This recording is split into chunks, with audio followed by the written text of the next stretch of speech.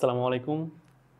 আজকে আমরা HSC chemistry second পার্টের তৃতীয় অধ্যায় পরিমাণগত যে রসায়নটা আছে সে রসায়নের অনশর্ট এমসিকিউ ক্লাসটা করব এবং আশা করছি এমসিকিউগুলো এমনভাবে সাজানো হয়েছে শুরু থেকে শেষ পর্যন্ত প্রত্যেকটা এমসিকিউ যদি আমরা আয়ত্ত করতে পারি কিভাবে হচ্ছে, কেন এটা হলো, কেন এটা হলো না, এইভাবে যদি আমরা আয়ত্ত করতে পারি তাহলে সম্পূর্ণ চ্যাপ্টারটার উপরেই আমাদের একটা দখলদারিত্ব চলে আসবে আশা করছি।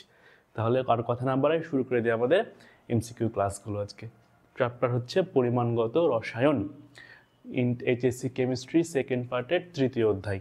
আচ্ছা, এখানে কেমিস্ট্রিটা সাজানো হয়েছে, প্রশ্নগুলো সাজানো হয়েছে একেবারে শুরুর টপিক থেকে শেষ টপিক পর্যন্ত এভাবে সাজানো হয়েছে। তাহলে প্রথম যে এমসিকিউ আমরা দেখতে পাচ্ছি একটু খেয়াল করো। প্রথমে বলা আছে যে এই এমসিকিউ একটা জৈব যৌগর একটা জৈব যৌগতে কার্বন আছে এত পার্সেন্ট, হাইড্রোজেন এত পার্সেন্ট, নাইট্রোজেন এত পার্সেন্ট এবং যৌগটার বাষ্প ঘনত্ব দেওয়া আছে। যৌগটার বাষ্প ঘনত্ব দেওয়া আছে। তো আমরা জানি যে কোনো বাষ্প ঘনত্বের সঙ্গে যদি আমরা 2 গুণ করি তাহলে আণবিক ভর পাওয়া যায়। তাহলে আমরা জানি যে বাষ্প ঘনত্বের সাথে 2 গুণ করলে আণবিক ভর পাওয়া যায়। তাহলে এখন যদি আমরা লিখি যে আণবিক ভর, তোমরা এগুলো জানো, আণবিক ভর সমান হচ্ছে বাষ্প ঘনত্ব ইন্টু 2। যা না জানলেও এটা জানতেই হবে। তো যৌগটার আণবিক ভর দেওয়া আছে 39.5। এটা যদি আমি 2 দিয়ে গুণ করি তাহলে আমার উত্তর আসবে 79। অর্থাৎ যে যৌগটা নিয়ে কথা বলা হচ্ছে এখানে, সেই যৌগটার আণবিক ভর হচ্ছে 79। তাহলে এখন আমি চিন্তা করব এই যে আণবিক সংকেতগুলো দেওয়া আছে, এটা কিন্তু বলছে আণবিক সংকেত। এই যেখানে যে আণবিক সংকেতগুলো দেওয়া আছে, কোন যৌগটার আণবিক ভর 79? তাহলেই পেয়ে যাচ্ছি আমি। একটু খেয়াল করো, এখানে কার্বন আছে, কার্বনের 5 বারং 60, এখানে যোগ হাইড্রোজেনের 5 এবং হচ্ছে 14, যোগ করে দেখো উত্তর আসছে 79। তেমন এই যৌগটার আণবিক ভর 79, আর আমি এখান থেকে হিসাব করে পেলাম যৌগটার আণবিক ভর 79 হবে। তার মানে এটার উত্তরটা আমার বি নাম্বার অপশন যেটা সেটা। ওকে, তাহলে পরবর্তী যে আমরা এখন এমসিকিউতে যদি যাই, এই এমসিকিউ খেয়াল করে দেখো ভাইরা, বলা আছে একটি জৈব যৌগ বিশ্লেষণ করলে ভর হিসাবে শতকরা 40%, শতকরা 40% আছে এখানে কার্বন, শতকরা 40% কার্বন আছে এবং শতকরা 40% আছে কার্বন, 53.53% আছে অক্সিজেন এবং অবশিষ্ট হচ্ছে হাইড্রোজেন গ্যাস পাওয়া গেছে। তাহলে এই যৌগটাতে কার্বন আছে 40%, এই যৌগটাতে অক্সিজেন আছে 53.3% এবং বাদ বাকি তাহলে হবে এখানে হাইড্রোজেন। তাহলে আমি যদি এই হিসাবটা করি 93.3% হচ্ছে টোটাল, এই টোটালটা হচ্ছে 93.3%। তাহলে বাদ বাকি যে অবশিষ্ট যে হাইড্রোজেনের কথা বলা হচ্ছে সেই হাইড্রোজেনটা হবে তাহলে 6.7% হবে। আচ্ছা, তাহলে আমরা শতকরাটা কিভাবে বাড়ি, এমনিতে কিন্তু আমরা যৌগটা দেখেই বুঝতে পারছি আণবিক ভর আছে 180। তো 180 আণবিক ভরের যৌগ কি হয়? আমাদের খুব পরিচিত যৌগ আছে, সেটা হচ্ছে C6H12O6। এটা হচ্ছে খুব পরিচিত আমাদের একটা যৌগ যার আণবিক ভর 180, গ্লুকোজ। এবং আমরা কিন্তু বুঝেই গেছি যে যদি সংকেত এটা হয় যে C6H12O6 হয় তাহলে এটার স্থূল সংকেত যেটা হবে সেটা হবে CH2O। এটা হবে স্থূল সংকেত, তাহলে CH2 স্থূল সংকেত হবে। আচ্ছা, তাহলে জানি কিন্তু যে উত্তর আমাদের এটাই হবে সেই উত্তর। এখন যদি আমরা হিসাব করে বাইর করতে চাই তাহলে নিয়মটা কি ছিল? হিসাব করে বাইর করতে চাইলে আমাদের নিয়মটা ছিল প্রত্যেকটা শতকরা সংযুতি আছে, শতকরা সংযুতিকে, শতকরা যেমন কার্বন ছিল 40, একে তার পারমাণবিক ভর দিয়ে ভাগ করতে হবে। যেমন ওখানে অক্সিজেন ছিল 53.3, একে তার পারমাণবিক ভর দিয়ে ভাগ করতে হবে। হাইড্রোজেন ছিল 6.7, একে তার পারমাণবিক ভর দিয়ে ভাগ করতে হবে। যে সংখ্যাটা পাওয়া যাবে 3 বারং 36, 3.33, এটার মান আসবে 3.33 এবং এটার মান আসবে 6.7। যে সবচাইতে ছোট যে মানটা পাওয়া যাচ্ছে তাকে আবার সবাইকে ভাগ করতে হবে। আবার সব, তার মানে আমি এবার 3.3 দিয়ে ভাগ করব, 3.33 দিয়ে ভাগ করব এবং 3.33 দিয়ে ভাগ করব। এটার মান আসবে 1 এটার মান আসবে 1, এটার মান আসবে 2। তাহলে কার্বন এবং হাইড্রোজেন এবং অক্সিজেনের অনুপাতটা আমি পাচ্ছি 1:2:1। তার মানে CH2O এইটাই হবে সেই যৌগটার স্থূল সংকেত। আমরা প্রথমেই বুঝে যেতে পারছিলাম, আর এটা হচ্ছে বড়সড় নিয়ম, প্রসেস অনুযায়ী এভাবে আমাকে করতে হবে। আচ্ছা, তাহলে পরবর্তী যে আমাদের এমসিকিউটা আছে সেখানে যদি আমরা একটু যাওয়ার চেষ্টা করি, কার্বন ডাইঅক্সাইডের ক্ষারকত্ব কত? ক্ষারকত্ব কত, যেহেতু আমরা এখন এমসিকিউ করছি, ক্ষারকত্ব মানে তোমাকে বুঝতে হবে সোডিয়াম হাইড্রোক্সাইড ক্ষারের কয়টা সোডিয়াম হাইড্রোক্সাইডের সাথে বিক্রিয়া করবে। সোডিয়াম হাইড্রোক্সাইড ক্ষার।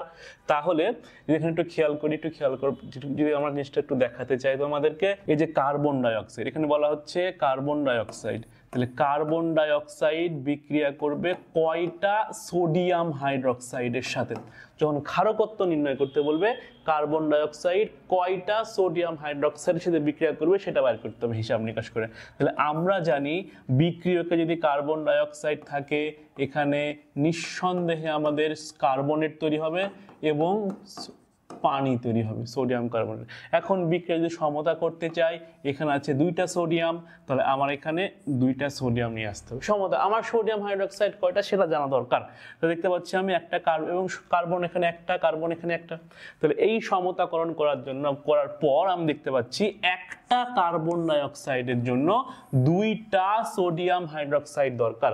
ক্ষারকত্ব নির্ণয় করতে হলে একটা পদার্থ কয়টা সোডিয়াম হাইড্রোক্সাইডের সাথে বিক্রিয়া করে সেটা নির্ণয় করতে হয়, সেটাই তার ক্ষারকত্ব। তাহলে কার্বন ডাইঅক্সাইড কয়টা সোডিয়াম হাইড্রোক্সাইডের সাথে বিক্রিয়া করছে? 2টা।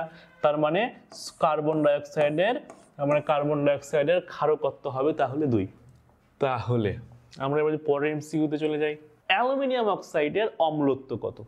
তাহলে ক্ষারকত্ব বাইর করতে হলে ওই পদার্থটা কয়টা সোডিয়াম হাইড্রোক্সাইডের সাথে বিক্রিয়া করে এক অম্লীয় ক্ষার সেটা বিক্রিয়া লিখতে হবে।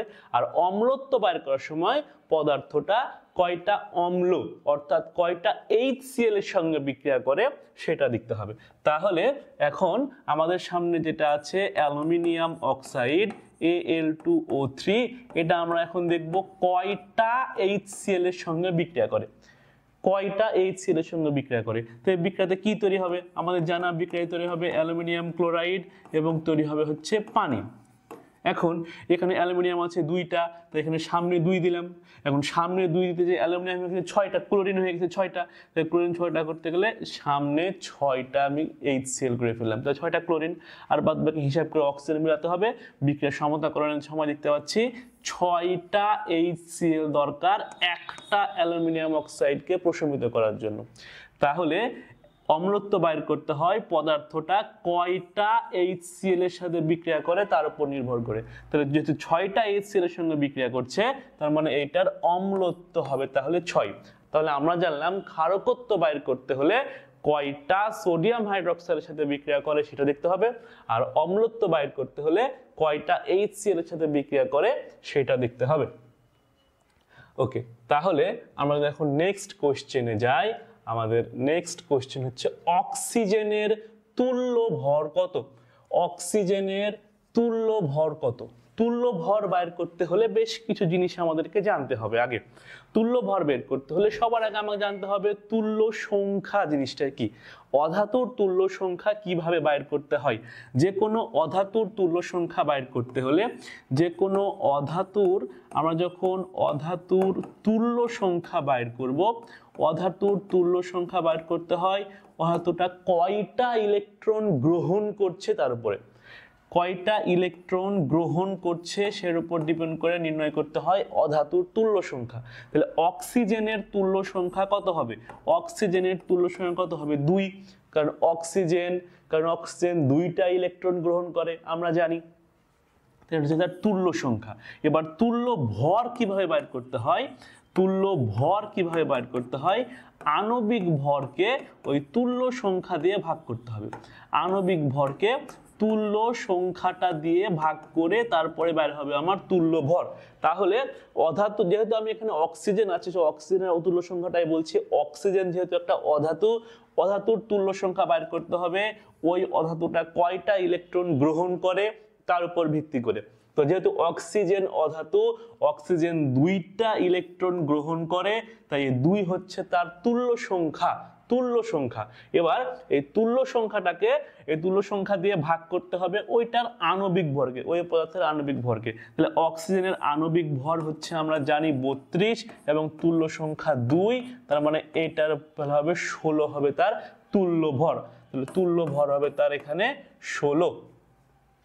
ওকে, তাহলে আমরা এখন যদি পরবর্তী এমসিকিউতে যাই, পরবর্তী অক্সালিক অ্যাসিডের ক্ষারকত্ব কত? অক্সালিক অ্যাসিডের ক্ষারকত্ব কত সেটা আমরা এখন বের করব। অক্সালিক অ্যাসিডের সংকেত কি সেটা আগে জানতে হবে। অক্সালিক অ্যাসিডের সংকেত হচ্ছে H2C2O4। ওই যে আমরা এরকম একটা সংকেত দেখি COOH COOH, এটা হচ্ছে অক্সালিক অ্যাসিডের সংকেত। ক্ষারকত্ব বাইর করতে হলে কি করতে হয় ভাইরা? ক্ষারকত্ব বাইর করতে হলে ওই পদার্থটা বা ওই অম্লটা কয়টা সোডিয়াম হাইড্রোক্সাইডের সাথে বিক্রিয়া করে সেটা আমাদেরকে বের করতে হয়। তাহলে এই যে আমরা একটা অ্যাসিড দেখছি, অ্যাসিড কি করে? অ্যাসিড হাইড্রোজেন ত্যাগ করে। তাহলে এখানে কয়টা হাইড্রোজেন ত্যাগ করবে দেখো তো ভাইরা? একটা হাইড্রোজেন এবং আরেকটা হাইড্রোজেন, 2টা হাইড্রোজেন ত্যাগ করবে। এবং 2টা হাইড্রোজেন ত্যাগ করলে পারে এই যে একটা সোডিয়াম হাইড্রোক্সাইড থেকে সোডিয়াম এই জায়গাতে আসবে, আর একটা সোডিয়াম হাইড্রোক্সাইড থেকে সোডিয়াম এই হাইড্রোজেনের জায়গাতে আসবে। তাহলে একটা অক্সালিক অ্যাসিডের জন্য যেহেতু একটা অক্সালিক অ্যাসিড থেকে 2টা হাইড্রোজেন সরছে, তার মানে 2টা সোডিয়াম এসে এখানে যুক্ত হবে। অর্থাৎ একটা অক্সালিক অ্যাসিডের জন্য 2টা সোডিয়াম হাইড্রোক্সাইড আমার প্রয়োজন। আর একটা অম্লের জন্য যতটা সোডিয়াম হাইড্রোক্সাইড প্রয়োজন সেটাই তার ক্ষারকত্ব। তাহলে এই যে অক্সালিক অ্যাসিডটার জন্য 2টা সোডিয়াম হাইড্রোক্সাইড প্রয়োজন, তাই এর ক্ষারকত্ব হবে 2। এইভাবে আমাকে অম্লত্ব এবং এই প্রশ্ন প্রায় আসে, এই অম্লত্ব ক্ষারকত্বের প্রশ্ন প্রায় আসে। এই জিনিসগুলো তোমাদেরকে জানতেই হবে, খুবই ইম্পর্টেন্ট জিনিস। এই যে প্রশ্নটা আমরা পেলাম, এই প্রশ্ন দেওয়া আছে, খেয়াল করো, 6 গ্রাম হাইড্রোজেনকে অক্সিজেনের সঙ্গে পুরাবো, কতটুকু পানি তৈরি হবে? তো এই সকল অঙ্কগুলো, এই সকল এমসিকিউ গুলো সমাধান করতে গেলে সবার আগে তোমাকে বিক্রিয়া লিখতে হবে এবং ওই বিক্রিয়াটাকে সমতাকৃত করতে হবে, সমতাকরণ করতে হবে বিক্রিয়া। অবশ্যই এই দুটা কাজ করাই লাগবে। তাহলে প্রশ্নে বলা আছে, একটু খেয়াল করি আমরা, প্রশ্নে বলা আছে হাইড্রোজেন বিক্রিয়া করছে অক্সিজেনের সাথে এবং তৈরি হচ্ছে পানি। প্রশ্নের কথা বলা আছে, বিক্রিয়া লিখলাম, এবার বিক্রিয়া সমতাকরণ করতে হবে। এরপরে 2টা অক্সিজেন আমি সামনে 2 দিয়ে দিলাম, অক্সিজেন সমান করতে যে হাইড্রোজেন 4টা হয়ে গেছে, তাই আমি এখানেও সামনে 2 দিয়ে দিলাম। এইটা সমতাকরণ করার পর যে কাজটা আমার করতে হবে সেটা হচ্ছে বিক্রিয়ার ভরগুলা লিখতে হবে। তাহলে এখানে আমি হাইড্রোজেন কতটুকু পেয়েছি? 4। এখানে পানি কতটুকু পেয়েছি? 18 দুগুণ 36, মানে হচ্ছে 36। কেন শুধু আমি হাইড্রোজেন আর পানি নিয়ে কাজ করছি? কারণ প্রশ্নে তো হাইড্রোজেন আর পানি নিয়েই প্রশ্ন করা আছে। এরপর কি কাজটা করব? এরপরে হচ্ছে আমি একটা অনুপাত বের করব। অনুপাত কিসের অনুপাত? হাইড্রোজেনের প্রথমে লিখবো যেটা হাইড্রোজেনের প্রশ্নে যে মান দেওয়া আছে সেটা, তারপরে লিখবো হাইড্রোজেনের বিক্রিয়াতে যে মান পেয়েছি সেটা। দেখো হাইড্রোজেনের প্রশ্নে দেওয়া আছে 6 গ্রাম, উপরে লিখেছি 6, হাইড্রোজেনের বিক্রিয়াতে পেয়েছি 4, উপরে নিচে লিখলাম 4। এবার কাকে কাজ করব? পানি। পানির মানটা তো প্রশ্নে আমাকে বাহির করতে বলছে কতটুকু পানি, তার মানে এই মানটাই আমাকে বাইর করতে হবে যে এখানে কতটুকু। আর নিচে কি লিখতে হয়? বিক্রিয়াতে যে মানটা পাইছি। তো বিক্রিয়াতে কত মান পাইছি এখানে দেখো 36, এই হিসাবটা হয়ে গেল না? তাহলে উপরে লিখবো আমরা প্রশ্নের মান, নিচে লিখবো হচ্ছে বিক্রিয়ার মান। এই যে প্রশ্নে দেওয়া ছিল 6, উপরে 6, বিক্রিয়াতে পেয়েছি 4, তাই নিচে 4। আমাকে এই পরিমাণটা বাহির করতে হবে, পানির পরিমাণটা এই প্রশ্নের এই পরিমাণটা বাহির করতে হবে। তাই উপরে প্রশ্নের মান আর বিক্রিয়াতে কত পেয়েছি? 36, নিচে হচ্ছে বিক্রিয়ার মান। এই এম এর মানটা বাহির করলে আমি উৎপন্ন পানির মানটা বের করে ফেলবো।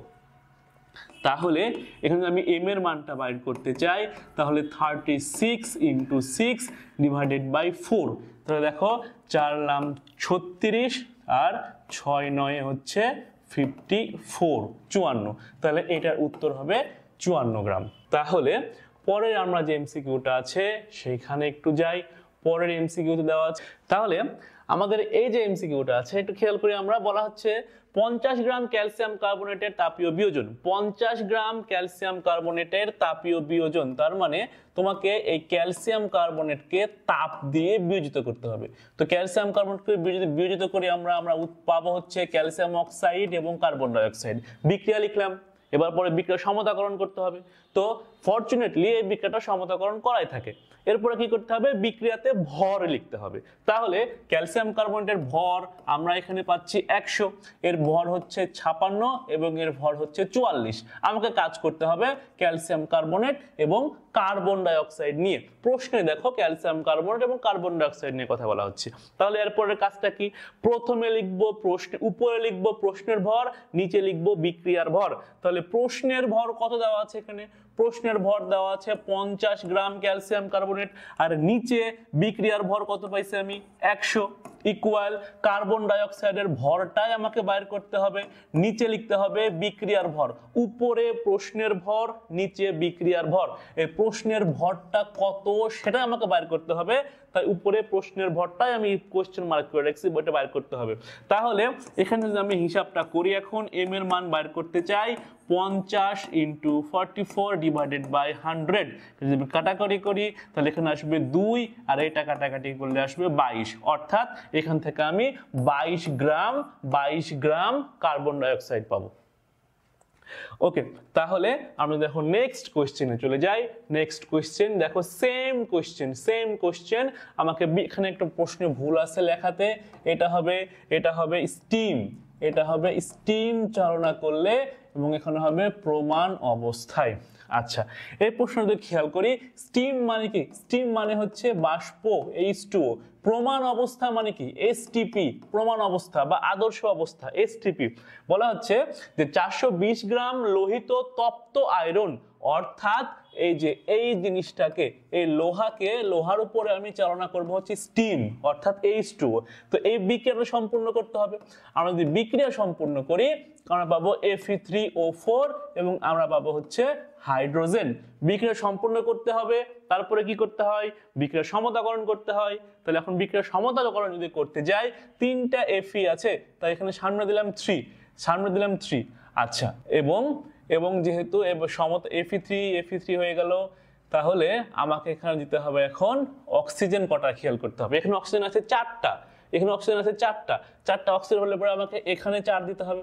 এখন 4টা অক্সিজেন করতে যে 8টা হয়ে গেছে হাইড্রোজেন, তাহলে 8টা হাইড্রোজেন হতে হলে এখানেও আমাকে 4 দিতে হবে। তাহলে বিক্রিয়া লিখলাম, স্টেপ কি, বিক্রিয়া লিখতে হবে, বিক্রিয়া সমতাকরণ করতে হবে এবং বিক্রিয়াতে ভর লিখতে হবে। যেহেতু ইম্পর্টেন্ট কথা, খুবই ইম্পর্টেন্ট কথা, যেহেতু প্রশ্নে এসটিপি বলা আছে, প্রমাণ অবস্থা বলা আছে, প্রশ্নে যদি এসটিপি বা প্রমাণ অবস্থা থাকে তাহলে তুমি ভরের সাথে আয়তনের সম্পর্ক করতে পারবা। প্রশ্নে যদি এসটিপি বলা থাকে বা প্রমাণ অবস্থা বলা থাকে তাহলে তুমি ভরের সাথে আয়তন, গ্রামের সাথে লিটার বা এমএল এর সম্পর্ক করতে পারবা। তাহলে এখানে আমি এখন লিখব বিক্রিয়াতে ভর, বিক্রিয়ার ভর পাচ্ছি 3 × 56, 3টা আয়রন এবং হাইড্রোজেন নিয়ে কথা হচ্ছে, আয়রন এবং হাইড্রোজেন নিয়ে কথা হচ্ছে। তাহলে হাইড্রোজেন আমি কয় মোল পাচ্ছি, 4 মোল। 1 মোল হাইড্রোজেনের কত লিটার, 22.4 লিটার এসটিপিতে। তাহলে 4 মোলের আয়তন হবে 4 × 22.4 লিটার, 4 × 22.4 লিটার। আমি এই যে গ্রাম, এটা কিন্তু গ্রাম, এটা কিন্তু আয়তন, এটা কিন্তু গ্রাম, এই গ্রামের সাথে আয়তনের সম্পর্ক করতে পারলাম কেন, কারণ প্রশ্নে হচ্ছে প্রমাণ অবস্থা বা এসটিপি বলা আছে তাই। তাহলে এরপরের কাজ কি, বিক্রিয়া লিখলাম, বিক্রিয়া সমতাকরণ করলাম, বিক্রিয়াতে ভরও লিখলাম, আয়তনও লিখলাম। এরপরের কাজ কি, এরপরে উপরে লিখতে হবে প্রশ্নের ভর, নিচে বিক্রিয়ার ভর। তাহলে প্রশ্নের ভর একটু খেয়াল করি তো 420, বিক্রিয়ার ভর কত 3 × 56 ইকুয়াল আমাকে প্রশ্নের আয়তন বাইর করতে হবে, তাই ভি এর মান কত সেটা বাইর করতে হবে, এবং বিক্রিয়ার আয়তন পাইছি আমি 4 × 22.4 লিটার। তাহলে এখানে যদি আমি ভি এর মানটা বাইর করতে চাই, অর্থাৎ কতটুকু হাইড্রোজেন উৎপন্ন হবে কত আয়তনের, সেটা যদি বাইর করতে চাই তাহলে হিসাব নিকাশটা আমার আসবে 4 × 22.4 × 420 ডিভাইডেড বাই 3 × 56। এখন যদি হিসাব নিকাশ করি, দেখো তো হিসাবটা করে ফেলি। এই দশমিক যদি উঠাই তাহলে এখানে আমার লাগবে একটা 10, তাহলে এই শূন্য কাটাকাটি গেল। তারপরে আমরা এখানে করি, এখানে করছি আমি 3 14 42, 4 14 56। তাহলে এই যে হিসাব নিকাশটা করলাম, দেখো তো এই 4 আর 56 কাটাকাটি গুলো থাকছে আমার 14। এবার এই 14 গেল, তাহলে থাকছে কত? 224। তাহলে এই যে 224 লিটার। অপশন দেখো তো 224.6। এই 0.6 কোত্থেকে আসলো? এই যে অনেক সময় আয়রনের ভরকে 55.85 ধরা হয়, এই হিসাব নিকাশ করে মানটা কাছাকাছি আমার উত্তর পেয়ে গেছি। এটা হচ্ছে 224.6 লিটার।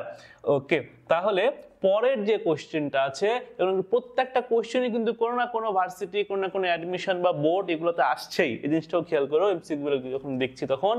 আচ্ছা, পরবর্তী একটা বড় সড়ো প্রশ্ন পাইছি আমরা, বড় সড়ো প্রশ্নটা একটু সলভ করি, দেখি কি অবস্থা। প্রশ্নে বলা আছে যে পরিমাণ কার্বন ডাই অক্সাইড 20 গ্রাম ক্যালসিয়াম, যে পরিমাণ কার্বন ডাই অক্সাইড 20 গ্রাম ক্যালসিয়াম কার্বনেটকে উত্তপ্ত করে পাওয়া গেল, তা সম্পূর্ণরূপে কস্টিক সোডা। কস্টিক সোডা মানে কি? কস্টিক সোডা মানে সোডিয়াম হাইড্রোক্সাইড, আর ক্যালসিয়াম কার্বনেট তো জানি, বিক্রিয়া করে সোডিয়াম কার্বনেটে পরিণত করা হলো। বিক্রিয়াতে কি পরিমাণ কস্টিক সোডা প্রয়োজন? বুঝতে পারছো, এখানে দুইটা বিক্রিয়া করতে হবে। প্রথমে বলা হচ্ছে কার্বন ডাই অক্সাইডকে, যে পরিমাণ কার্বন ডাই অক্সাইড 20 গ্রাম ক্যালসিয়াম কার্বনেটকে উত্তপ্ত করলে পাওয়া যাবে। কত গ্রাম ক্যালসিয়াম কার্বনেটকে উত্তপ্ত করছি? কুয়েটের প্রশ্ন, কত গ্রাম ক্যালসিয়াম কার্বনেটকে উত্তপ্ত করছি? 20 গ্রাম। তো আমরা জানি ক্যালসিয়াম কার্বনেটকে উত্তপ্ত করলে ক্যালসিয়াম অক্সাইড এবং কার্বন ডাই অক্সাইড পাবো। এখানে আমি যদি হিসাব করি, তারপরে বিক্রিয়া লিখলাম, এই বিক্রিয়া সমতাকরণ করাই থাকে। এবার লিখতে হবে ভর, তাহলে এর ভর হচ্ছে 100, এর ভর হচ্ছে 44। এখান থেকে আমি হিসাব করতে চাই, বলা আছে যে পরিমাণ কার্বন ডাই অক্সাইড পাওয়া গেল, এই যে পরিমাণ কার্বন ডাই অক্সাইডের মানটা বাইর করতে হবে, মানে এই কার্বন ডাই অক্সাইডের মান কত সেটা আমাকে বাইর করতে হবে। তাহলে প্রথমে কি লিখতে হয়?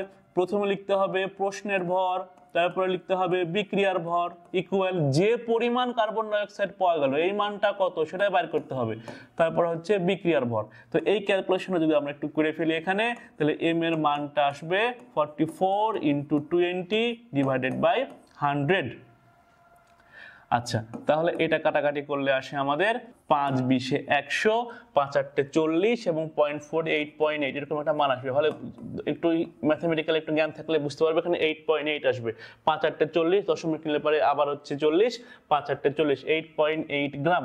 তার মানে এখানে আমি বলা হচ্ছে যে পরিমাণ কার্বন ডাই অক্সাইড কথাটা বলা হচ্ছে, এই যে পরিমাণটাই হচ্ছে তাহলে আমার 8.8 গ্রাম কার্বন ডাই অক্সাইড বলা হচ্ছে। এবার যে পরিমাণ কার্বন ডাই অক্সাইড ওখানে পাইলাম, ওইটাকে সম্পূর্ণকে আমি জারিত করব কস্টিক সোডা দ্বারা। কতটুকু কার্বন ডাই অক্সাইড পেলাম? 8.8। এবার এইটাকে আমি বিক্রিয়া করাবো কার সাথে? সোডিয়াম হাইড্রোক্সাইডের সাথে। তাহলে ওই যে কার্বন ডাই অক্সাইডটা পেয়েছি, একে আমি এখন বিক্রিয়া করাবো কস্টিক সোডা অর্থাৎ সোডিয়াম হাইড্রোক্সাইডের সাথে। বিক্রিয়ার সমতা একটু আগে এটা দেখাছিলাম ক্ষারকত্ব নির্ণয় করার সময়। তৈরি হবে আমার সোডিয়াম কার্বনেট এবং তৈরি হবে হচ্ছে পানি। আমাকে বের করতে হবে সোডিয়াম হাইড্রোক্সাইডের পরিমাণ। তাহলে প্রথমে কার মান লিখতে হয়? প্রথমে লিখতে হয় প্রশ্নের মান। তো প্রশ্নে যে এই যে কার্বন ডাই অক্সাইড কতটুকু পাইছি আমি? 8.8। তাহলে এই যে সে 8.8, নিচে হচ্ছে কার্বন ডাই অক্সাইড এখানে 44 ইকুয়াল আমাকে বাইর করতে হবে কতটুকু, এবং সোডিয়াম হাইড্রোক্সাইড এখানে ভর হবে 2 × 40, 2 × 40। একটা সোডিয়াম হাইড্রোক্সাইডের ভর হচ্ছে 40, তাহলে 2 × 40। এখান থেকে যদি আমরা একটু হিসাব করি এম এর মান, তাহলে মান আসবে দেখো 8.8 × 80 ডিভাইডেড বাই 44। এখন এই দশমিক যদি আমি উঠাই দিই, এখানে আমি নিতে পারবো একটা 10। তাহলে 44 আর 88 কাটাকাটি করলে হয় 2, কাটাকাটি করলে হয় 2, এবং 2 আর 10 কাটাকাটি করলে হয় 5, আর 5 আর 80 কাটাকাটি করলে হয় 16। অর্থাৎ উত্তর হচ্ছে আমাদের 16 গ্রাম। 16 গ্রাম আমি কস্টিক সোডা প্রয়োজন হচ্ছে এখানে। ওকে, তাহলে নেক্সট যে কোশ্চেনটা সেটা একটু দেখি। ইঞ্জিনিয়ারিং ভার্সিটি সব জায়গাতে আসছে প্রশ্ন, খুবই সহজ একটা জিনিস আছে এখানে জানতে হবে। দেখো তো ভাইয়ারা, এই 0.1 NH2SO এটা কি দেওয়া আছে? এটা হচ্ছে আমাদের নরমালিটি দেওয়া আছে, নরমালিটি দেওয়া আছে। বাহির করতে হবে কি? মোলারিটি। মানে আমাকে এস এর মান বাহির করতে হবে। আর এই যে এটা কিসের মান দেওয়া আছে, এন এর মান দেওয়া আছে 0.1, এন দেওয়া আছে, এস বাইর করতে হবে। তো নরমালিটি এবং মোলারিটির একটা সম্পর্ক আছে, সেটা হচ্ছে এন ইকুয়াল এস ইন্টু ই। এন হচ্ছে নরমালিটি, এস হচ্ছে মোলারিটি, আর ই হচ্ছে তুল্য সংখ্যা। এটা যেহেতু অ্যাসিড, অ্যাসিডের তুল্য সংখ্যা কিভাবে বের করতে হয়, একটা অ্যাসিড যতটা হাইড্রোজেন ত্যাগ করতে পারে, একটা অ্যাসিড যতটা হাইড্রোজেন ত্যাগ করতে পারে সেটা হচ্ছে তার তুল্য সংখ্যা। সালফিউরিক অ্যাসিড কতটা হাইড্রোজেন ত্যাগ করতে পারবে, 2টা, তার মানে সালফিউরিক অ্যাসিডের তুল্য সংখ্যা হবে 2। তার মানে এইখানে একটু খেয়াল করি তো ভাইয়ারা, নরমালিটির মান আমার দেওয়াই আছে ওখানে 0.1, এস এর মানটা আমাকে বের করতে হবে, আর এই তুল্য সংখ্যাটার মান আমরা জানি 2, কারণ সালফিউরিক অ্যাসিড 2টাই হাইড্রোজেন ত্যাগ করতে পারবে, তাই তার তুল্য সংখ্যা হচ্ছে 2। এখন আমি এস বাইর করতে চাই, তাহলে এখানকার মানটা দেখো 0.1 ডিভাইডেড বাই আসবে 2, কাটাকাটি করলে আমি এখানে 10 নিয়ে আসবো, অর্থাৎ 1/20 এরকম একটা আসবে। তো 1/20 মোলারিটির সূত্র কি, মোলারিটির একক কি, এম, তার মানে এইটাই কিন্তু সে আমার এই যে 1/20 এম, অর্থাৎ এটাই হচ্ছে আমাদের মোলারিটি। আমাকে অবশ্যই এই সূত্রটা জানা থাকা লাগবে যে নরমালিটির সাথে মোলারিটির সম্পর্কটা আসলে কেমন। ওকে, তাহলে নেক্সট যে কোশ্চেন আছে সেখানে আমরা, এটা কিন্তু ভার্সিটি এবং ইঞ্জিনিয়ারিং দুইটারই প্রশ্ন ছিল এরকম, ইউরিয়া সারে নাইট্রোজেনের পরিমাণ কত শতাংশ। ইউরিয়াতে ইউরিয়ার এটাই বার করতে হলে তোমাকে অবশ্যই ইউরিয়ার সংকেত জানতে হবে। ইউরিয়ার সংকেত কি রে ভাইয়ারা, ইউরিয়ার সংকেত হচ্ছে H2NCONH2, এটা হচ্ছে ইউরিয়ার সংকেত। এটা যদি ভর বাইর করতে চাও তাহলে দেখো তো এখানে কত কত পাচ্ছি আমরা, এখানে পাচ্ছি 2, এখানে পাচ্ছি 14, এখানে পাচ্ছি 12, এখানে পাচ্ছি 16, এখানে পাচ্ছি 14, এখানে পাচ্ছি 2। এই যে একটা হিসাব, এটা সবগুলোকে এখন যোগ করতে হবে আমাদের। তাহলে যোগ যদি করি তাহলে দেখো তো এখানে পাচ্ছি হচ্ছে 16 আর 4 পেলাম হচ্ছে 20 আর এই যে 20 আর এই যে 28 পেলাম হচ্ছে 48 আর 12তে পেলাম তাহলে 60, তাহলে টোটাল যোগফল হচ্ছে আমাদের 60, অর্থাৎ ইউরিয়ার আণবিক ভর হলো 60। এখন 60-এর মধ্যে নাইট্রোজেন কতটুকু, নাইট্রোজেন পাচ্ছে এই যে দুইটা নাইট্রোজেন, মানে 14 14 28, তাহলে পুরো 60-এর মধ্যে আছে 28, 100-তে কত, তার মানে শতকরা বাইর করতে হলে যৌগতে ভর ডিভাইডেড বাই আণবিক ভর ইনটু 100। যৌগতে ভর তার কতটুকু 28, আণবিক ভর কত 60, শতকরা বাইর করতে হবে, তাই 100 দিয়ে গুণ। এই হিসাব নিকাশ করলে পারে আমরা এখান থেকে একটা মান পাবো। মানটা যদি একটু ক্যালকুলেশন করার চেষ্টা করি, এইটা চলে গেল, আমাদের কাটাকাটি হয়ে গেল, এখানে থাকে হচ্ছে আমাদের 3 দুগুণ 6, আর এখানে থাকে হচ্ছে আমাদের 5। আচ্ছা, 2 দিয়ে কাটাকাটি করলাম, তাহলে আমার হচ্ছে 28 × 5 ডিভাইডেড বাই 3, 28 × 5 ডিভাইডেড বাই 3, এরকম একটা মান আসবে, এরকম একটা মান আসবে। আচ্ছা, এটা উত্তর যত সময় আসবে 46%, কারণ বুঝতে পারছো যদি আমি এটাকে 27 ধরে নিই তাহলে 3 লাম 27 আর 3 পাচ্ছে 5 লাম 45, তাই এক বেশি মানে 46 হবে উত্তর। বুঝতে পারছো কাছাকাছি উত্তর কেমন হবে। যদি আমি এটাকে 9ও ধরে নিই কোনোভাবে, তাহলে 9 যদি ধরে নিই তাহলে যদি আমি এটাকে এমন ধরি, দেখো 27 × 5 ডিভাইডেড বাই 3, তাহলে এখানে 9 হলে কত হতো উত্তর, 45 হতো উত্তর, 45 হতো উত্তর। কিন্তু আমি এখানে এক কমাইছি বলে এই কাছাকাছি একটা উত্তর হচ্ছে, তাহলে 46 হবে উত্তর। বা নর্মালি ক্যালকুলেশন তুমি হিসাব করে বাইর করে ফেলতে পারো, এটা এতটাও প্যারা নাই। আচ্ছা, তোমাকে বুঝতে হবে যে সংকেত কি এবং যৌগতে ভর ডিভাইডেড বাই আণবিক ভর ইনটু 100। ব্লু ভিট্রিওলে কেলাস পানির শতকরা পরিমাণ কত, সিকিউরিটির প্রশ্ন, ভার্সিটির প্রশ্ন, একাধিক ভার্সিটিতে আসছে এবং এটা সিকিউরিটিও আসছে বেশ কয়েকবার। আচ্ছা, দেখি তাহলে এই প্রশ্নটা আমরা, এটা জানতে হলে আমাকে কয়েকটা ভিট্রিওল জানতেই হবে, খুবই ইম্পর্টেন্ট কথা, কয়েকটা ভিট্রিওল আমাদেরকে জানতেই হবে। দেখো তো এই ব্লু ভিট্রিওলের সংকেত কি, এই ব্লু ভিট্রিওলের সংকেত হচ্ছে কপার সালফেট। কপার সালফেটের সাথে 5 অণু পানি, এটা হচ্ছে ব্লু ভিট্রিয়লের সংকেত। এবং এটার আণবিক ভর কত জানো? এটা আণবিক হচ্ছে 249.5 আণবিক ভর বাইর করবা।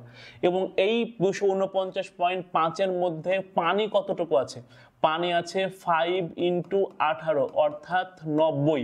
তার মানে শতকরা পরিমাণ বাইর করতে হলে আমি একটু আগেই বললাম যে যৌগতে পরিমাণ, কেলাস পানি কত, এই যে কেলাস পানির পরিমাণ বলা হচ্ছে যৌগতে পরিমাণ ডিভাইডেড বাই আণবিক ভর ইনটু হচ্ছে 100 এভাবে বাইর করতে হবে শতকরা পরিমাণ।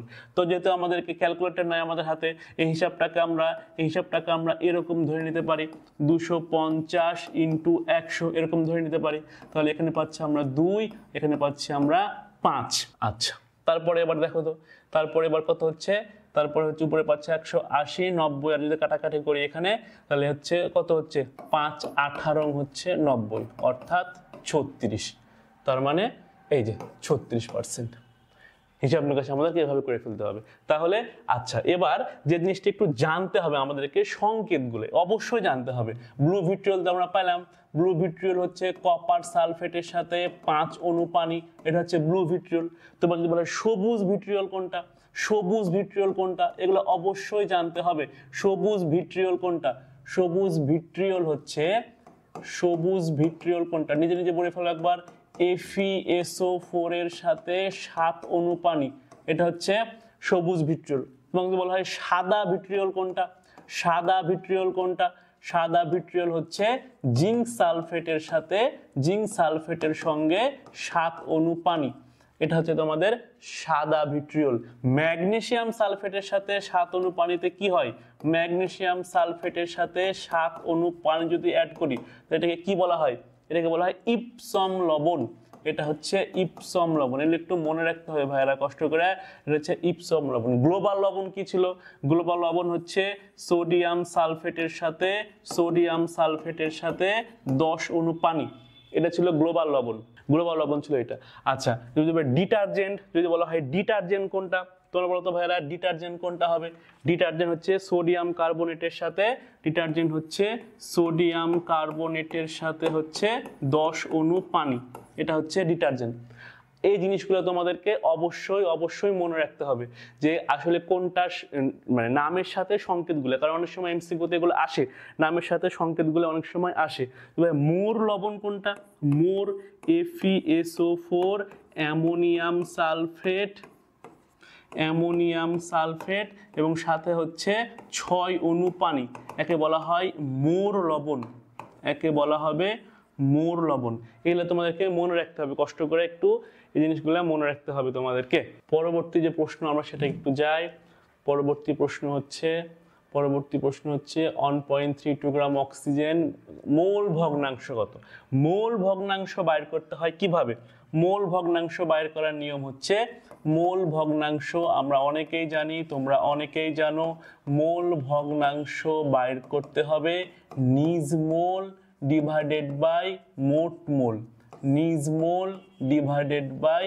মোট মোল, এইভাবে তোমাকে বাইর করতে হবে মোল ভগ্নাংশ। কার মোল ভগ্নাংশ বাইর করব? কার্বন ডাইঅক্সাইডের। তাহলে কার্বন ডাইঅক্সাইডের মোল ডিভাইডেড বাই মোট মোল হিসাব করতে হবে। এখন এই ভরকে মোল করতে হয় কিভাবে? আণবিক ভর দিয়ে ভাগ করতে হয়। তাহলে এই যে আমি কার্বন ডাইঅক্সাইডের মোল যখন বাইর করব, তাহলে আমি যদি এখন কার্বন ডাইঅক্সাইডের মোল ভগ্নাংশ বাইর করি, তাহলে উপরে লিখতে হবে কার্বন ডাইঅক্সাইডের মোল, নিজের মোল। কারণ কার্বন ডাইঅক্সাইডের পরিমাণ দেওয়া আছে 0.573, গ্রামকে মোল করতে হলে আণবিক ভর দিয়ে ভাগ করতে হবে, ডিভাইডেড বাই মোট মোল। মোট মানে অক্সিজেন এবং কার্বন দুটারই মোল। তাহলে 1.032 গ্রাম, একে আণবিক ভর দিয়ে ভাগ করতে, যেহেতু অক্সিজেন ছিল তাই 32, আর 0.573 ডিভাইডেড বাই 44। এইটা হচ্ছে ক্যালকুলেশন করলে আমাদের মান আসবে 0.287, এই মানটা আসবে, এটাই হবে তখন আমাদের উত্তর। মোল ভগ্নাংশ বাইর করতে হলে নিজের মোল ডিভাইডেড বাই মোট মোল করতে হয়, যতগুলো মোল আছে সেই মোট মোল হিসাব করতে হয়। আচ্ছা, প্রমাণ দ্রবণ কোনটি? প্রমাণ, এটা বোর্ড প্রশ্ন। প্রমাণ দ্রবণ কোনটি? প্রমাণ দ্রবণ কাকে বলে? সংজ্ঞাটা কতেও আসে, অনেক সময় জ্ঞানমূলক প্রশ্নেও আসে। প্রমাণ দ্রবণ হচ্ছে যে দ্রবণের ঘনমাত্রা আমরা জানি, যে দ্রবণের ঘনমাত্রা আমরা জানি, যে দ্রবণের ঘনমাত্রা জানি সেটাই হচ্ছে প্রমাণ দ্রবণ। তাহলে এখানে ঘনমাত্রার সূত্র কি, ঘনমাত্রার একক কি? ঘনমাত্রা একক হচ্ছে মোল, মোল বড় হাতের এম অথবা মোল পার লিটার, মোল পার লিটার। তাহলে এখানে দেওয়া আছে শুধু মোল, এটা তো ঘনমাত্রাই না। এখানে দেওয়া আছে এমএল, এটা তো ঘনমাত্রাই না। এখানে দেওয়া আছে গ্রাম, এটা তো ঘনমাত্রাই না। এই যে আছে এম, ঘনমাত্রা। যে দ্রবণের ঘনমাত্রা আমরা জানি সেটাই হচ্ছে প্রমাণ দ্রবণ। তাহলে এটা হচ্ছে আমাদের এখানকার প্রমাণ দ্রবণ। তাহলে পরবর্তী যে প্রশ্ন আছে সেটা আমরা একটু খেয়াল করি। পরবর্তী যে প্রশ্ন আছে সেইখানে যাই। আবারও প্রশ্ন দেওয়া হচ্ছে 50 ml 0.1 mH মানে কত গ্রাম, কত গ্রাম? সেই আমাদের এসএসসি লেভেলের সূত্র, এসএসসি লেভেলের সূত্র কত গ্রাম। দেখো তো এটা দেওয়া আছে 50 ml, মানে ভি এর মান দেওয়া আছে আয়তন, এটা দেওয়া আছে ঘনমাত্রা, তার মানে এটা আমার এস এর মান দেওয়া আছে। সালফিউরিক অ্যাসিড মানে ভি এর মান কত দেওয়া আছে 250 ml, এস এর মান দেওয়া আছে 0.1, আর সালফিউরিক অ্যাসিডের আণবিক ভর হচ্ছে 98। কত গ্রাম অর্থাৎ ডাব্লুর মান আমাকে বের করতে হবে। তাহলে এই যে এসএসসি লেভেলের সূত্র W equal S V M divided by 1000, এই সূত্র ইউজ করতে হবে। এস এর মান দেওয়া আছে 0.1, ভি এর মান দেওয়া আছে 250, এম পেয়েছি 98 ডিভাইডেড বাই 1000, ডিভাইডেড বাই 1000। তাহলে এই হিসাব নিকাশ যদি করতে চাই আমরা, আচ্ছা 1000, এইটা কাটাকাটি করলে এখানে আরেকটা 10 আসবে, এইটা আর এইটা কাটাকাটি হয়ে গেল। তাহলে উপরে আমাকে গুণ করতে হবে হচ্ছে 25 আর হচ্ছে 98, তারপরে সেটাকে এই যে এটা দিয়ে ভাগ করে দিতে হবে, একসাথে ভাগ করে দিতে হবে।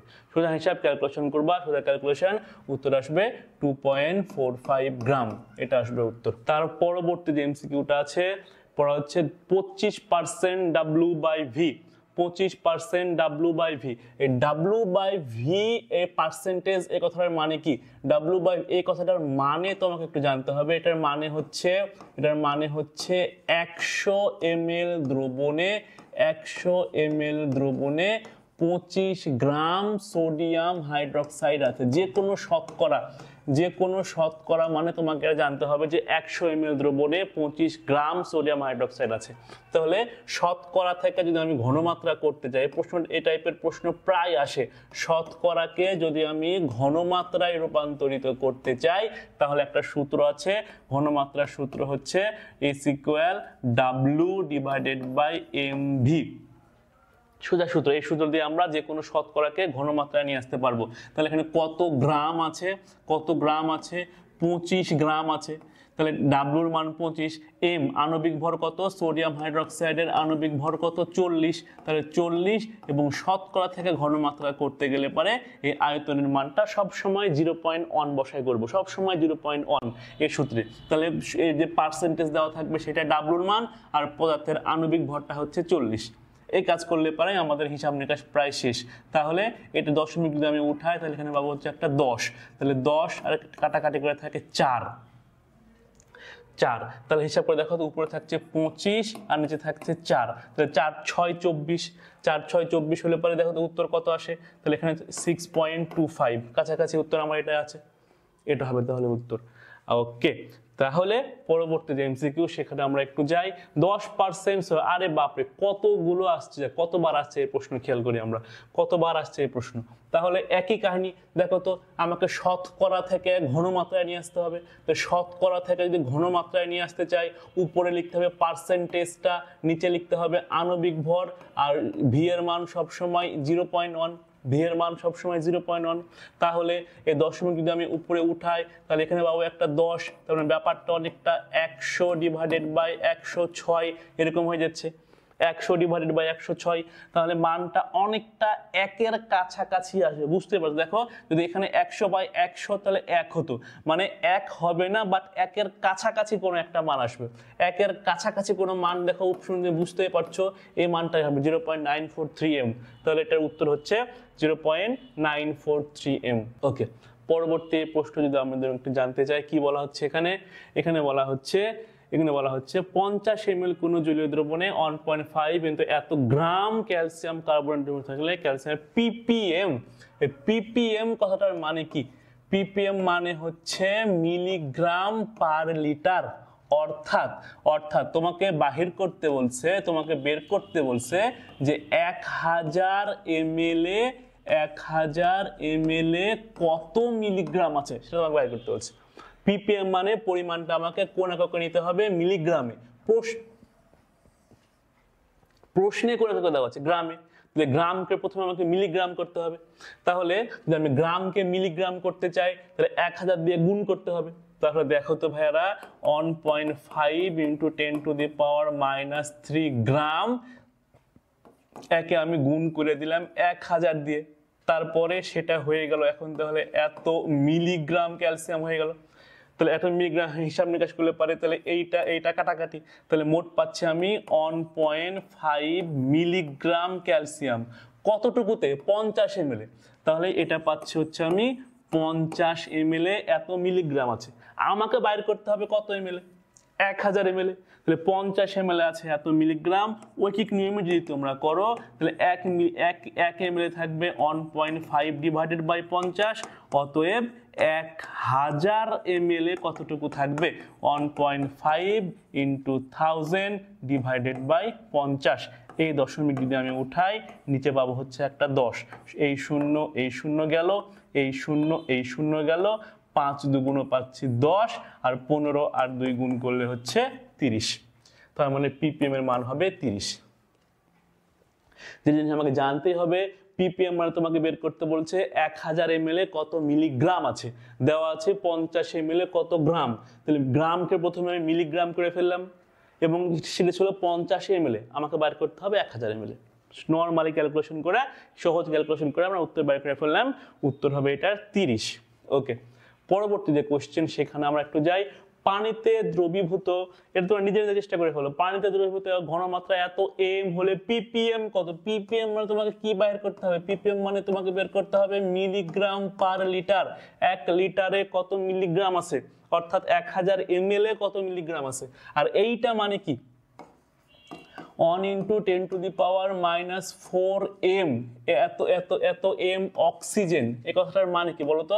এই কথাটার মানে হচ্ছে 1 × 10⁻⁴ মোল পার লিটার অক্সিজেন। তো তোমার মোল পার লিটার দরকার না মিলিগ্রাম পার লিটার দরকার? মিলিগ্রাম পার লিটার দরকার ppm এর জন্য। তাহলে মোলকে প্রথমে যদি আমরা এখন গ্রাম করতে চাই, মোলকে গ্রাম করতে হলে পারে, মোলকে যদি আমরা এখন গ্রাম করতে চাই 10⁻⁴, মোলকে গ্রাম করলে পরে আণবিক ভর দিয়ে গুণ করতে হবে। তাহলে 32 এটা হয়ে গেল এখন আমার গ্রাম পার লিটার। কিন্তু আমার কি গ্রাম পার লিটার দরকার না মিলিগ্রাম পার লিটার দরকার? তাহলে এই গ্রামকে আবার মিলিগ্রাম করতে হবে। তাহলে এখন গ্রামকে যদি আমি মিলিগ্রাম করতে চাই, গ্রামকে তাহলে আমাকে গুণ করতে হবে আবার 1000 দিয়ে। তাহলে এইবার হলো মিলিগ্রাম পার লিটার। তাহলে এইটা যদি আমরা কাটাকাটি করি তাহলে আমার শুধুমাত্র থাকে 0.1 × 32, তার মানে 3.2 আসবে উত্তর। 3.2, এই যে 3.2, এটা হচ্ছে উত্তর। পরবর্তী যে কোশ্চেন সেখানে যায়, কোনটি সেকেন্ডারি স্ট্যান্ডার্ড পদার্থ? কোনটি সেকেন্ডারি স্ট্যান্ডার্ড পদার্থ? কোনটি সেকেন্ডারি স্ট্যান্ডার্ড পদার্থ? বানান ভুল হয়েছে। কোনটি সেকেন্ডারি স্ট্যান্ডার্ড পদার্থ? সেকেন্ডারি স্ট্যান্ডার্ড পদার্থ এবং প্রাইমারি স্ট্যান্ডার্ড পদার্থ তোমাকে চিনতে হবে। প্রাইমারি কোনগুলা? প্রাইমারি চেনার উপায় হচ্ছে সোজা উপায়, যাদের ভিতরে সি বর্ণ আছে, তারা সবাই প্রাইমারি। একটাই ব্যতিক্রম হচ্ছে, সেটা হচ্ছে HCl। HCl এ সি কার্বন না কিন্তু সি বর্ণ, ABC সি বর্ণ। তো HCl এর ভিতরে সি থাকা সত্ত্বেও এটা সেকেন্ডারি হবে। তাছাড়া সবই হচ্ছে আমাদের যাদের ভিতরে সি আছে সবাই হচ্ছে প্রাইমারি স্ট্যান্ডার্ড পদার্থ। আর্দ্র সোডিয়াম কার্বনেট হতে হবে, অনার্দ্র সোডিয়াম কার্বনেট কিন্তু প্রাইমারি না। তাহলে কোনটি সেকেন্ডারি স্ট্যান্ডার্ড পদার্থ? দেখো তো এখানে সি আছে, একটাই ব্যতিক্রম বলেছিলাম, তাহলে সেকেন্ডারি এখানে HCl হচ্ছে। যাদের ভিতরে সি আছে সবাই প্রাইমারি, ব্যতিক্রম খালি HCl। তার মানে HCl এ সি থাকা সত্ত্বেও সেটা প্রাইমারি না, তার মানে সেকেন্ডারি। এটা উত্তর হচ্ছে তাহলে HCl হচ্ছে সেকেন্ডারি স্ট্যান্ডার্ড পদার্থ এখানে। ওকে, তাহলে পরের কোশ্চেন আসি, কোনটি প্রায় এই জিনিসগুলো বেশি আসে, কোনটি প্রাইমারি স্ট্যান্ডার্ড পদার্থ নয়, কোনটি প্রাইমারি স্ট্যান্ডার্ড পদার্থ নয়। তাহলে প্রাইমারি হতে হলে আমাকে সি থাকা লাগবে। এখন ঝামেলা দেখো, এখানেও সি আছে, এখানেও সি আছে। তো প্রাইমারিটা হচ্ছে যখন দুইটা যখন সোডিয়াম কার্বন যখন আর্দ্র অনার্দ্র যখন অপশন থাকবে, তখন প্রাইমারির জন্য আর্দ্রটা হবে সবসময় উত্তর। একটু মাথায় রাখবো কষ্ট করে, আর্দ্রটা হবে সবসময় উত্তর। আচ্ছা, পরবর্তী যদি আমরা পরবর্তী এমসিকিউতে একটু যাই, পরবর্তী এমসিকিউতে যদি আমরা যাই, কোনটি প্রাইমারি স্ট্যান্ডার্ড পদার্থ? দেখো তো সি থাকলে আমি বুঝতে পারছি এখানে সোডিয়াম কার্বনেট, তাহলে এখানে উত্তর হবে সোডিয়াম কার্বনেট। সোডিয়াম কার্বনেট দেখানো আছে, sodium carbonate. Methyl orange, theoretical প্রশ্নগুলো। মিথাইল অরেঞ্জের পিএইচ এর পরিসর কত? মিথাইল অরেঞ্জের পিএইচ এর পরিসর কত? কতবার আসছে প্রশ্নটা দেখো, তোমাকে যে নির্দেশকগুলো আছে সে নির্দেশকের পিএইচ এর পরিসরটা তোমাকে জানতে হবে। নির্দেশকের মিথাইল অরেঞ্জের 3.1 থেকে 4.4, মিথাইল অরেঞ্জের তোমাকে জানতে হবে 3.1, মুখস্থ মানেগুলো 3.1 থেকে 4.4। মিথাইল রেডের কত? মিথাইল রেডের কত? মিথাইল রেডের কত? ফেনফথেলিনের কত? এগুলো তোমাকে কষ্ট করে মনে রাখতে হবে, এগুলো মুখস্থ মান। মিথাইল অরেঞ্জের হচ্ছে 3.1 থেকে 4.4, আর এর হচ্ছে 4 থেকে 6 এর কাছাকাছি, এর হচ্ছে 8 থেকে 10 এর মধ্যে, এই রেঞ্জের মধ্যে হচ্ছে মানগুলো। মিথাইল অরেঞ্জ হচ্ছে 3.1 থেকে 4.4। তো এই মানগুলো একটু কষ্ট করে মনে রাখতে হবে তোমাদেরকে। প্রচুর প্রশ্ন আসে এখান থেকে, প্রচুর প্রশ্ন আসে এখান থেকে, ভালোভাবে মনে রাখতে হবে, এগুলো একটু কষ্ট করে মনে রাখতে হবে। মৃদু অ্যাসিড সবল ক্ষারের, আচ্ছা মৃদু অ্যাসিড এবং সবল ক্ষারের, দেখো তোমাকে যে জিনিসটা জানতে হবে এখান থেকে, যদি অ্যাসিড যদি তীব্র হয়, যদি তীব্র অ্যাসিড থাকে, যদি তীব্র অ্যাসিড থাকে, তাহলে আমাকে ইউজ করতে হবে মিথাইল রেড বা মিথাইল অরেঞ্জ। যদি তীব্র অ্যাসিড থাকে তাহলে মিথাইল রেড বা মিথাইল অরেঞ্জ ব্যবহার করতে হবে। আর যদি তীব্র ক্ষার থাকে, তাহলে আমাকে ইউজ করতে হয় ফেনফথেলিন নির্দেশক। ফেনফথেলিন নির্দেশক ব্যবহার করতে হয় তীব্র ক্ষার। এই জিনিসটা কষ্ট করে মনে রাখবা, তীব্র অ্যাসিড হলে পারে ওই দুইটা, তীব্র ক্ষার হলে এইটা। তাহলে মৃদু অ্যাসিড এবং সবল ক্ষার, সবল ক্ষার হলে পারে কি হয় আমরা জানি, সবল ক্ষার হলে ফেনফথেলিন, দেখো তীব্র ক্ষার ফেনফথেলিন। তবে এই লাইনটা মনে রাখবা, অনেকগুলো এমসিকিউ তোমার এখান থেকে কভার হবে। তীব্র অ্যাসিড হলে মিথাইল অরেঞ্জ, মিথাইল রেঞ্জ, তীব্র ক্ষার হলে পারে ফেনফথেলিন। এখানে বলা হচ্ছে যে জলীয় দ্রবণে HCl, এই যে HClটা এখানে বলা হচ্ছে, এই HCl সবল হয় না দুর্বল হয় বলো তো? এটা হচ্ছে সবল বা তীব্র। তার মানে তীব্র অ্যাসিড আছে, তাহলে কি ব্যবহার করতে হবে? হয় মিথাইল রেড, না হয় মিথাইল অরেঞ্জ। তার মানে হচ্ছে তীব্র অ্যাসিড হলে মিথাইল রেড অথবা মিথাইল অরেঞ্জ। আচ্ছা, যদি আমরা নেক্সট কোশ্চেনে যাই, ফেনফথেলিনের আণবিক সংকেত কত? ফেনফথেলিনের আণবিক সংকেতটা হচ্ছে আচ্ছা এখানে ভুল আছে অপশনে। ফেনফথেলিনের আণবিক সংকেত হচ্ছে C20H14O4। এটা হচ্ছে খুব কম আসে সেটা, এটা প্রশ্ন, এটা নিয়ে তো মাথা ঘামানোর দরকার নাই, আসছিল খুব কম আসে টাইপের প্রশ্ন। আচ্ছা, পরবর্তী কোশ্চেন যদি যাই, তীব্র অ্যাসিড প্রশ্ন দেখো, তীব্র অ্যাসিড বলা আছে, তীব্র অ্যাসিডের ব্যাপারে কোন কোন নির্দেশক ব্যবহার করতে হয়? আচ্ছা, তীব্র অ্যাসিডও বলা আছে, আবার তীব্র ক্ষারও বলা আছে। তীব্র অ্যাসিড আর যদি দুইটাই যদি তীব্র হয়, তাহলে তুমি যে কোনো একটা নির্দেশক ব্যবহার করতে পারবা, হয় methyl orange, methyl red, phenolphthalein, যে কোনো একটা। তার মানে যদি তীব্র অ্যাসিড আর তীব্র ক্ষার হয়, যে কোনো নির্দেশক, তীব্র অ্যাসিড দুর্বল ক্ষার হয়, মিথাইল অরেঞ্জ অথবা মিথাইল রেড। তীব্র ক্ষার দুর্বল অ্যাসিড হয় ফেনফথেলিন। দুইটাই যদি দুর্বল হয় তাহলে কোনো নির্দেশক তুমি ব্যবহার করতে পারবে না। এই চারটা জিনিস তোমাকে মনে রাখতে হবে নির্দেশক থেকে, প্রচুর প্রশ্ন আসে এখান থেকে। তাহলে যদি তীব্র অ্যাসিড, তীব্র ক্ষার, যে কোনো নির্দেশক, তীব্র অ্যাসিড, দুর্বল ক্ষার, মিথাইল অরেঞ্জ। আচ্ছা, পরবর্তী কোশ্চেনটা একটু দেখি। এই যে দেখো এখন পরবর্তী কোশ্চেন, এই অ্যাসিডটার নাম কি? আচ্ছা, ক্লাসের শুরুতে বলেছিলাম অক্সালিক অ্যাসিড। এটা হচ্ছে অক্সালিক অ্যাসিড। এই অক্সালিক অ্যাসিড শক্তিশালী হয় না দুর্বল হয়? যে কোনো জৈব অ্যাসিড দুর্বল হয়। সোডিয়াম হাইড্রক্সাইড তীব্র একটা ক্ষার, সোডিয়াম হাইড্রক্সাইড তীব্র একটা ক্ষার। তীব্র ক্ষার হলে পরে কোন নির্দেশক ব্যবহার করা হয়? ফেনফথেলিন। তার মানে এটা উত্তর হবে ফেনফথেলিন। তাহলে পরবর্তী কোশ্চেনে আমরা একটু যাই। এখানে বলা হচ্ছে যে 500 CMকিউ ব্যতম তৈরি করতে বুয়েট এবং ঢাবের প্রশ্ন কি, আর একটু আগে তো টাইপের একটা প্রশ্ন করা হলো, একটু আগেই এই টাইপের একটা প্রশ্ন আমরা করলাম। দেখো তো এই 500 CMকিউ এটা কিসের মান দেওয়া আছে? ভি আয়তন 500 দেওয়া আছে, 0.1 m সোডিয়াম হাইড্রক্সাইড, এস এর মান দেওয়া আছে 0.1, সোডিয়াম হাইড্রক্সাইডের আণবিক ভর হচ্ছে 40, কি পরিমাণ অর্থাৎ ডাব্লুর মান আমাকে বের করতে হবে। তাহলে সেই এসএসসি লেভেলের সূত্র W = SVM / 1000। তাহলে এখানে এস এর মান আমরা পাচ্ছি 0.1, ভি এর মান হচ্ছে 500, এম এর মান হচ্ছে 40 / 1000। আর একটু সোজা হিসাব বিকাশ দেখতে পাচ্ছি আমরা, 2 দিয়ে কাটাকাটি হয়ে গেল, এখানে হচ্ছে কাটাকাটি হচ্ছে, তাহলে আমাদের হচ্ছে 20 দিয়ে, তাহলে এই যে 0.1 2 আছে উত্তর, এই যে 2 হচ্ছে উত্তর। ঠিক আছে।